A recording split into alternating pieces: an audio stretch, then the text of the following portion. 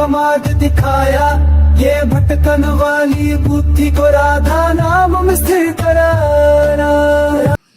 भगवान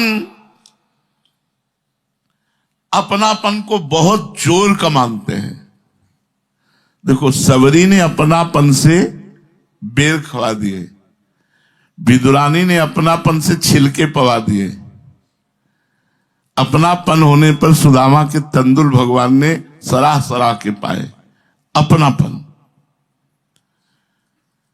अपनापन संबंध यदि प्रभु से है और फिर कोई कामना भी है, तो भक्त का मुख्य संबंध भगवान से है और गौड़ संबंध कामना से है।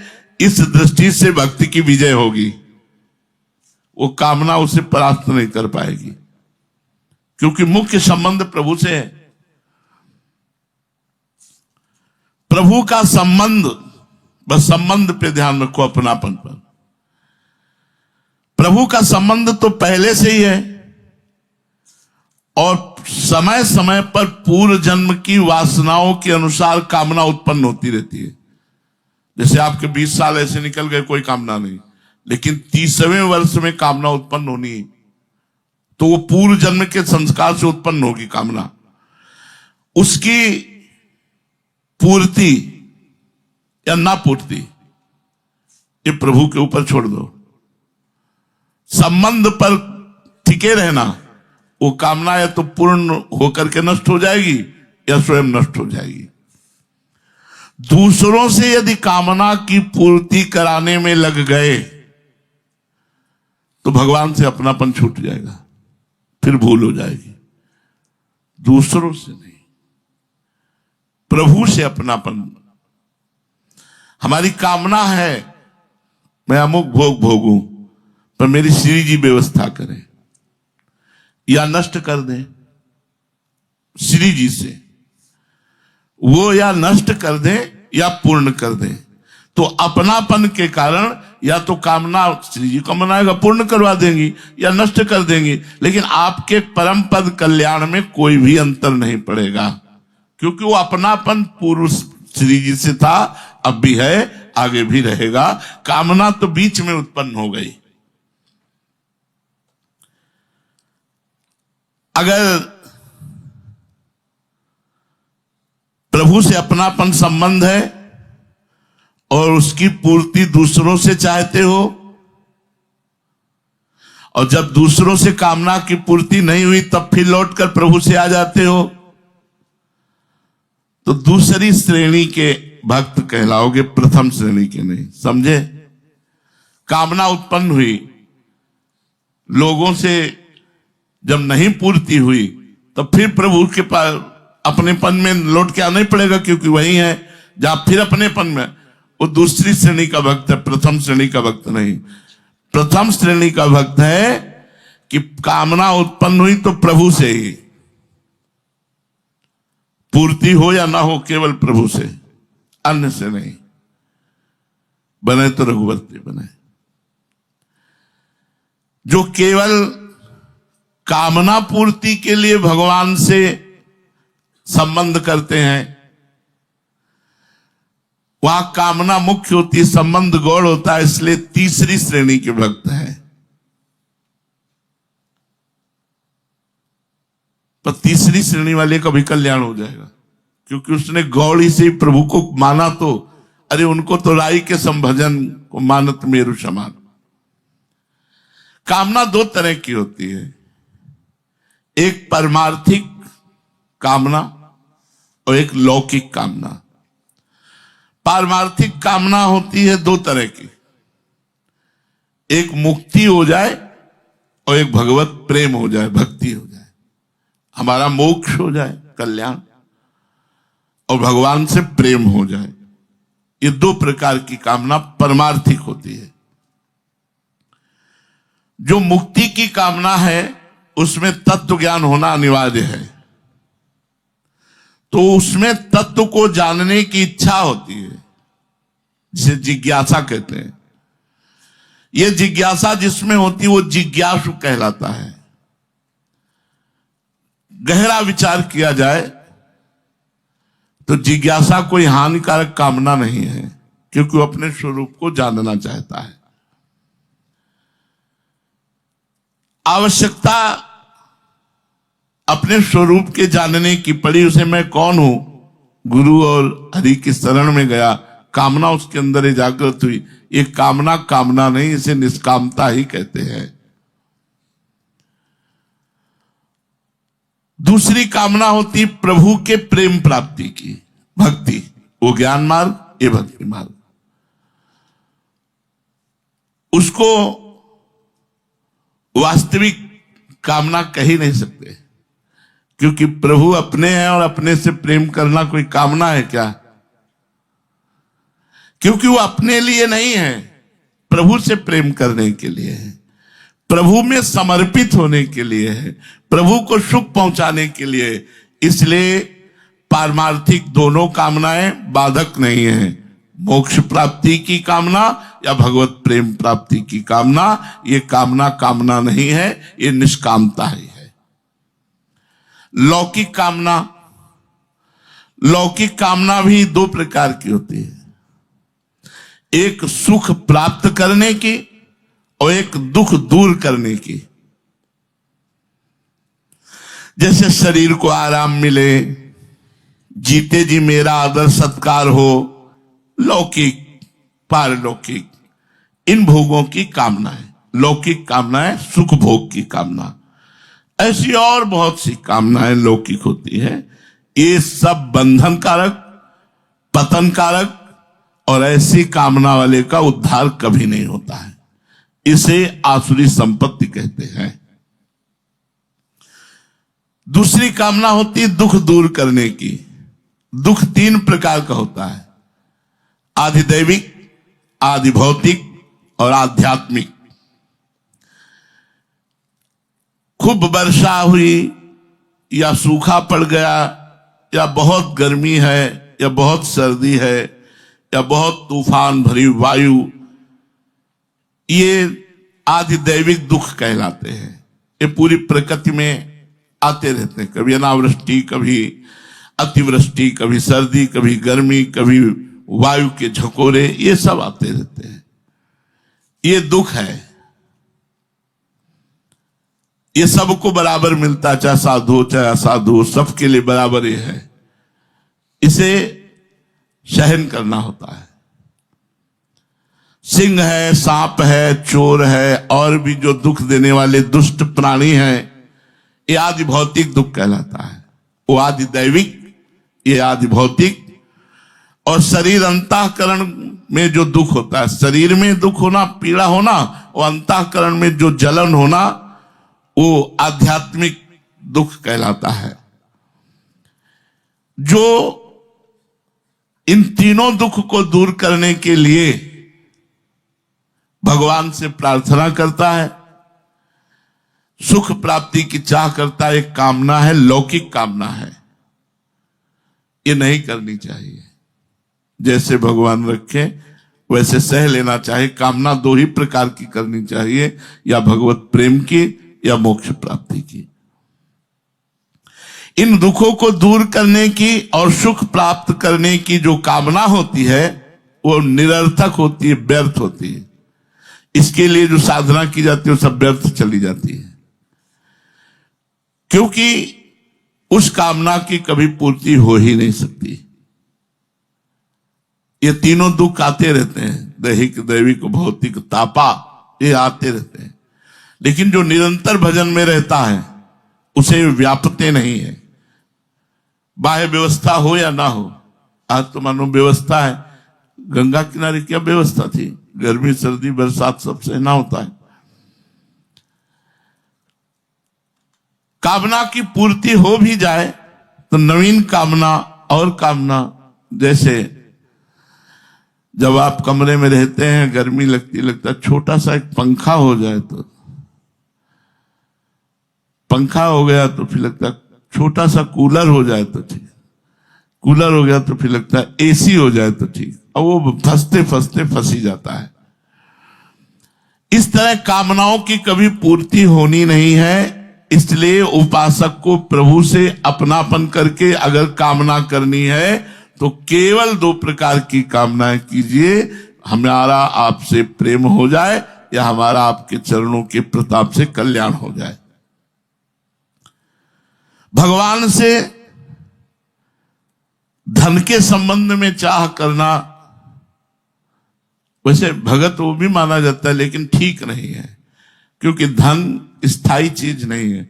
मानो करोड़ों अरबों रुपया जमा किए, मर गए तो यहीं रह गया ना, तो इसी कामना की पूर्ति के लिए भजन करते रहे तो फिर लाभ क्या मिला। भगवान सबकी देखते हैं। तेषाम ज्ञानी नित्य युक्तो एक भक्तिर विशिष्यते प्रियो ही ज्ञानिनोत्यर्थ महम सच मम प्रिय। भगवान कह रहे हैं मुझे ज्ञानी भक्त बहुत प्रिय है। कौन सा ज्ञानी? जो अनन्य भक्ति के द्वारा मेरे में लगा हुआ है। जो मेरा प्रेमी भक्त है वो सर्वश्रेष्ठ है, क्योंकि वो ज्ञानी भक्त है, उसे मैं प्रिय हूं और वो मुझे अत्यंत प्रिय है।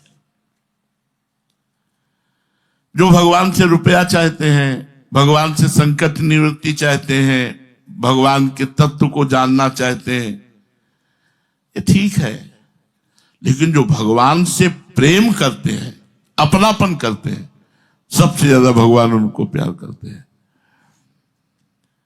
सदा सर्वदा जो भगवान में लगे रहते हैं। अपनापन का मतलब होता है जिससे अपनापन होता है उसकी स्मृति में डूबे रहते हैं। जैसे हमें शरीर से अपनापन है, इसमें डूबे रहेंगे। रुपये से अपनापन है तो रुपये में डूबे रहेंगे। पत्नी से अपनापन है तो उसका चिंतन होता है। जहां अपनापन होता है वहां निरंतर चिंतन होता है। तो जिसे प्रभु से अपनापन होता है वो सदा सर्वदा प्रभु में लगा रहता है। भगवान के सिवाय, प्रभु के सिवाय किसी से कोई संबंध नहीं, कोई चिंतन नहीं, वो सिद्ध महापुरुष हो गया। अब ये करना है, समेट लो जितनी जल्दी समेट पाओ अपने को। समेटे सुवासिक फैले सो जमाना। जैसे गोपी जन है, उनके लिए आया है यादोहने अवहनने मथनोपलेप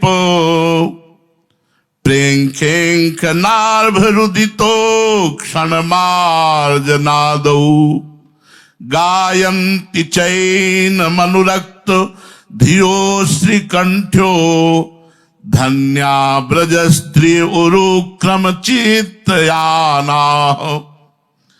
धन्य है ब्रज की गोपियां, गाय दू रही हैं लेकिन श्री कृष्ण के चिंतन में डूबी हुई है।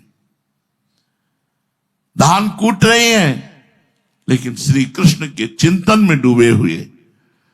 दही मथ रही हैं श्री कृष्ण का चिंतन करते हुए। आंगन लीप रही हैं श्री कृष्ण का चिंतन करते हुए। बालकों को पालने में झुला रही तो श्री कृष्ण संबंधी गीत गाते हुए। रोते हुए बच्चों को लोरी सुना रही तो श्री कृष्ण के नाम की, उनकी रूप की। तुलसी जी को जल सींच रही, झाड़ू, जो भी कार्य कर रही हैं, प्रेम पूर्ण चित्त से आंखों में आंसू भरे हुए श्री कृष्ण की दिव्य लीलाओं का चिंतन करते हुए, गायन करते हुए, श्री कृष्ण में निरंतर चित्त लगाए हुए ये ब्रजवासी गोपिनियां। इसीलिए इनकी समानता कोई नहीं कर सकता। जो लौकिक कार्य करते हुए भी अपने इष्ट का सदा सर्वदा चिंतन करता है, तभी माना जाएगा कि आपका अपनापन इष्ट देव में है। हर कार्य करते हुए अंतर से चिंतन श्री जी का हो, प्रिया प्रीतम का हो। ऐसे भक्त को भगवान ज्ञानी भक्त कहते हैं, जिसकी लौकिक और पारमार्थिक सारी क्रियाएं भगवान का सुमिरन करते हुए होती हैं। चाहे वो घर का काम हो, व्यापार का काम हो, नौकरी का काम हो, चाहे वो ठाकुर सेवा हो, भगवत चिंतन करते हुए जिसकी लौकिक पारमार्थिक सारी क्रियाएं होती है, वो सदा सर्वदा प्रभु से जुड़ा रहता है। इसे अपनापन कहते हैं। इसी अपनापन से सिद्धि प्राप्त होती है। एक भक्तिर विशिष्यते, प्रेमी भक्त का केवल आकर्षण केंद्र प्रभु है, श्री जी है। उसकी अपनी व्यक्तिगत संबंध किसी से नहीं है। यह बात देखो, प्रभु के संबंध से संबंध है, व्यक्तिगत कोई संबंध नहीं है। इसलिए भगवान ने कहा एक भक्तिर विशिष्यते, जो मेरी अनन्य भक्ति करता है वो सर्वश्रेष्ठ है। विशिष्यते, प्रेमी भक्त सर्वश्रेष्ठ है। जो धन चाहता है वो पूर्व संस्कार के कारण जब तक व्यक्तिगत इच्छाएं उत्पन्न होती हैं तब तक एक भक्तिर विशिष्यते नहीं। जो दुख निवृत्ति चाहता है वो भी नहीं, जो भगवान को जानना चाहता है वो भी नहीं, जो भगवान से प्रेम करता है एक भक्तिर विशिष्यते। प्रियो ही ज्ञानिनोत्यर्थ महम स च मम प्रियः। जो प्रेमी भक्त है मैं उसे अत्यंत प्यारा हूं और वो मुझे अत्यंत प्यारा है। अहम भक्त पराधीन हूं। ऐसे भक्त के लिए भगवान ने पराधीनता स्वीकार की है। जिस भक्त में अपनी स्वयं किंचन मात्र कोई इच्छा नहीं, केवल प्रभु से अपनापन और प्रभु के लिए ही सारे व्यवहार, प्रभु का चिंतन करते हुए, उससे बड़ा इस संसार में कोई नहीं। सबसे बड़ा प्रेमी भक्त। वास्तव में भगवान का अंश होने से जीव स्वाभाविक ही भगवान को प्यारा है, पर वो भूल से संसार में प्यार करने लगा। इसलिए लौटो, अपनी भूल को संभालो और भगवान के प्यार से अपने जीवन को भर दो। ऐसे भक्त का भगवान हर समय ऐसे चिंतन करते हैं जैसे छोटे से अबोध बालक का चिंतन मां करती है। जैसे माता अपने बच्चों का पालन पोषण करती है, ऐसे भगवान ऐसे भक्त का करो सदा तिनके रखवारी, जिम बालक राखे महतारी। अबोध बालक है, कभी आग पकड़ सकता है, कभी कुछ भी कर सकता है, इसलिए भगवान उस पर दृष्टि रखते हैं। भगवान बिना किसी कारण के प्रेम करने वाले हैं अहेतुकी। और फिर जब आपने सबको छोड़ दिया केवल प्रभु के लिए, तो फिर कैसे भगवान, फिर कैसे आपको छोड़ सकते हैं, कैसे भूल कर सकते हैं। जो मनुष्य भगवान के सन्मुख हो जाता है तो ये सन्मुखता ही भगवान के प्रति होते ही उसके अनेक जन्मों के पाप नष्ट होकर और भक्त बन जाता है। सन्मुख हो जीव मोहि जब ही। सन्मुखता का मतलब समझ रहे हो ना? कोई हमारा नहीं, केवल भगवान हमारे हैं, इसे सन्मुखता कहते हैं। सन्मुखता का मतलब नहीं कि मंदिर के सामने खड़े हो गए तो सन्मुख हो गए। सन्मुख का मतलब अब हमारा कोई नहीं, प्रभु के सिवा कोई नहीं, केवल प्रभु हमारे। जब भक्त सर्वथा निष्काम हो जाता है, उसमें लौकिक पारलौकिक कोई इच्छा नहीं होती है, तो स्वतः सिद्ध प्रेम स्वरूप भगवान उसके हृदय में प्रकट हो जाते हैं। कब भगवान प्रकट होते हैं?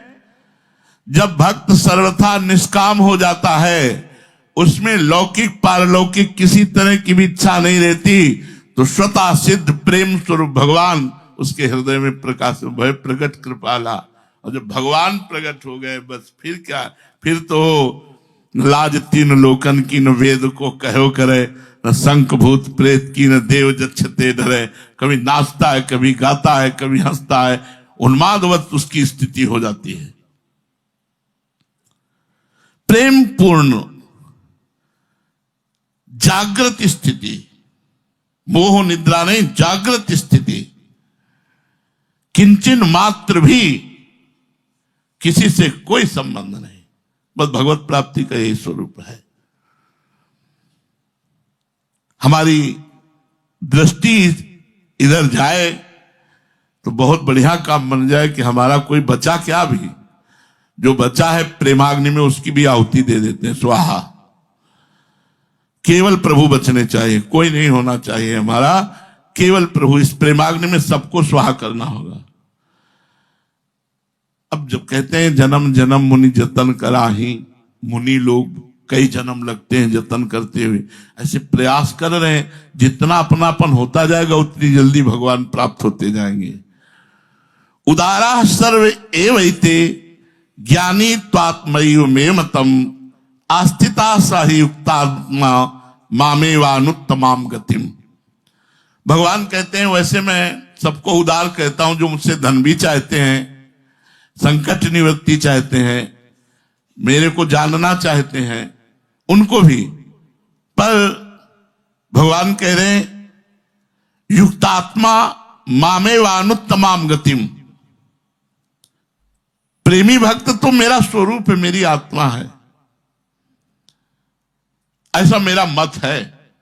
प्रेमी भक्त में और मेरे में कोई किंचन मात्र अंतर नहीं है।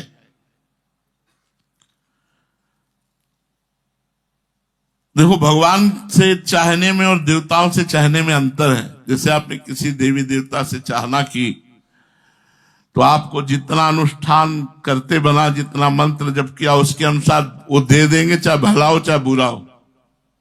लेकिन भगवान ऐसा नहीं करेंगे। चाहे जो कुछ हो, आप मांगोगे, आपकी तपस्या है तो उसके अनुसार वो दे देंगे। चाहे जगत का बुरा करो, चाहे अपना बुरा करो, चाहे देने वाले का ही बुरा करो, ऐसा ही होता है। भगवान अपना ऐसा नहीं करते। भगवान से अगर कोई भक्त मांगता है तो भगवान उचित समझेंगे तो देंगे, नहीं तो नहीं देंगे। अर्थात उस भक्त का यदि मंगल होगा तो भगवान वो देंगे नहीं, चाहे जितना मांगो भगवान देंगे नहीं। अगर संसार में फंसने वाली बात है तो भगवान नहीं देंगे, कारण कि भगवान परम हितैषी हैं।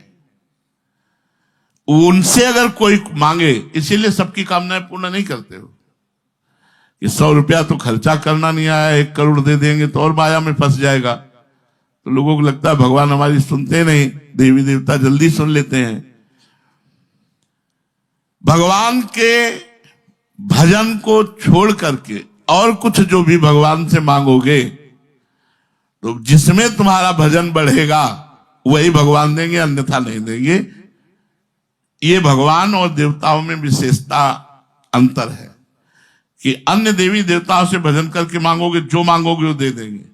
लेकिन भगवान का भजन करके यदि भगवान से मांगोगे तो जो तुम्हारा मंगल होगा वही देंगे, अन्यथा नहीं देंगे। ज्ञानी त्वात्मयि मे मतम। प्रेमी भक्त की विलक्षणता बतलाते हुए भगवान कहते हैं कि वो तो मेरी आत्मा है। प्रेमी भक्त और भगवान में कोई अंतर नहीं होता। जिस भक्त के अंदर कोई कामना नहीं, हर समय भगवान के भजन में लगा हुआ है, उसमें और भगवान में कोई अंतर नहीं। प्रेमी प्रेम में अपने आप को न्यौछावर कर देता है तो प्रेमास्पद भी प्रेमी के ऊपर अपने को न्यौछावर कर देता है। भक्त भगवान पर न्यौछावर तो भगवान भक्त पर न्यौछावर। ऐसे ही प्रेमास्पद भगवान अपने भक्त प्रेमी पर न्यौछावर हो जाते हैं। देखो, नौकर तक बन गए भगवान, सारथी बन गए भगवान, और सेना नायक के लिए तो भगवान नाई बन कर गए, राजा के मालिश, तेल मालिश की। बिना बोए खेत जग सकता है क्या? लेकिन धन्ना जाट का बिना बोए खेत फसल हो गई। आश्चर्य की बात, बिना बोए। ये भगवान की भक्ति का चमत्कार। प्रेम अनिर्वचनीय है। जब तक शरीर के साथ अभिन्नता मानोगे तब तक भगवान भिन्न लगेंगे, और जब भगवान से अभिन्नता मानोगे तो शरीर भिन्न दिखेगा, अलग दिखेगा। अभी शरीर से अपनापन है इसलिए भगवान पराये दिखते हैं। जब प्रभु से अपनापन हो जाएगा, शरीर से अपनापन अपने आप नष्ट हो जाएगा। जैसे नदी कितना भी घूम ले, उसका विश्राम स्थल समुद्र ही है। ऐसे जीव कितना भी भ्रमित हो जाए, उसका विश्राम स्थल भगवान ही है। ओ गुरुवर प्रेमानंद, ओ गुरुवर हृदय है, ओ गुरुवर प्रेमानंद।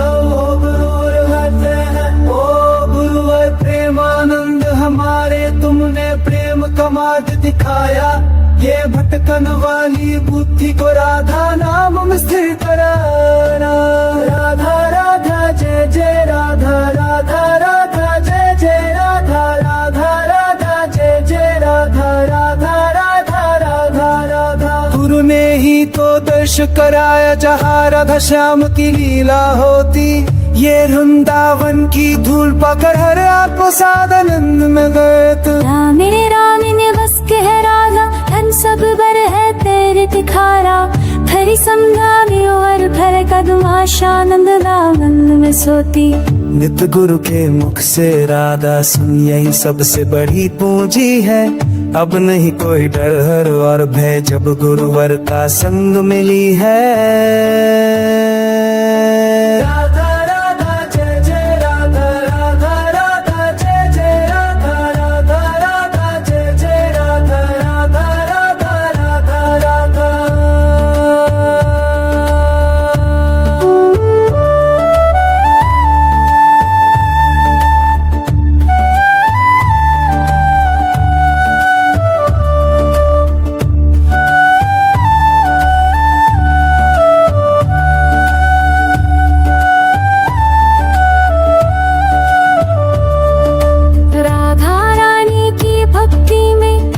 सबसे बड़ा उपहार है तुम्हारी लाड़ी किशोरी, हम सबका आधार है। वो गोरी राधा जब कृपा करे तो श्यामदास चले आते हैं। ये प्रेम का रस वृंदावन का नित भक्तों को पिलाते हैं।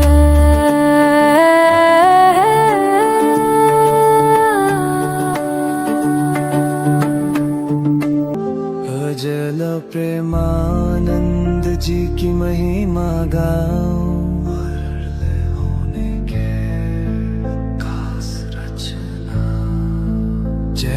जय हो प्रेमानंद महाराज, ज्ञान से चमका जीवन का ताजा। सत्संग सुन के मिटे सब अंधेरा, मन में बसाया तेरा ही सवेरा। जिसने भी सुनी तेरी मीठी वाणी, खुल गई उसकी मन की कहानी। संसार की माया से वो उब गया, सच्चे ज्ञान से वो रूबरू हो गया। प्रेमानंद की महिमा परंपार, उनके शब्दों में छिपा है संसार। प्रेमानंद की महिमा परंपार, उनके शब्दों में छिपा है संसार।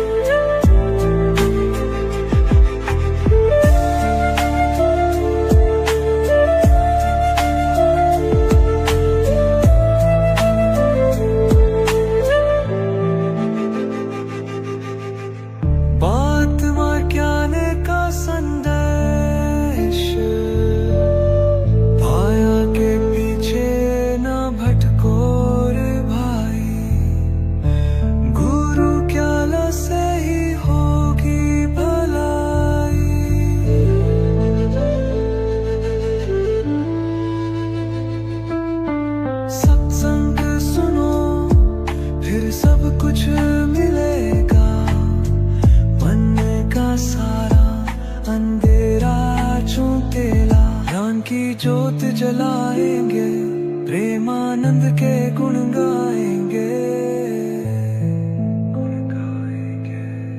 भक्ति और श्रद्धा का बारा, जिसने भी चरणों में शीश झुकाया, उसका जीवन सफल होगा।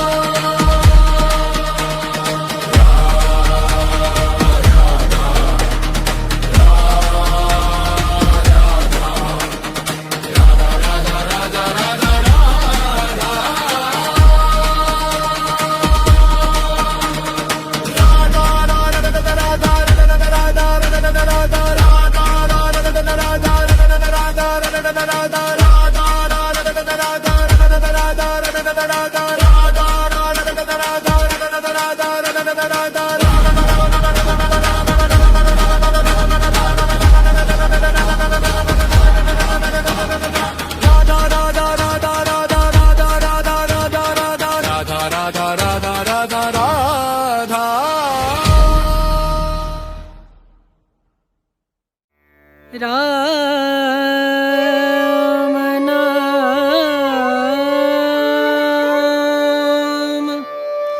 भजले राम नाम सुख धाम भजले राम नाम सुख धाम भजले राम नाम सुख धाम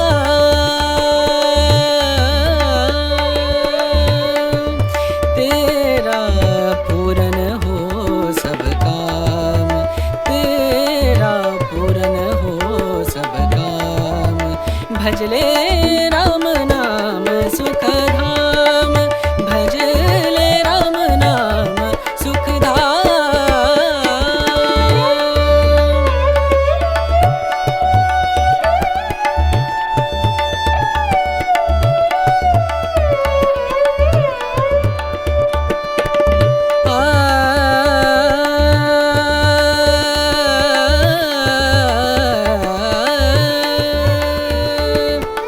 संत सम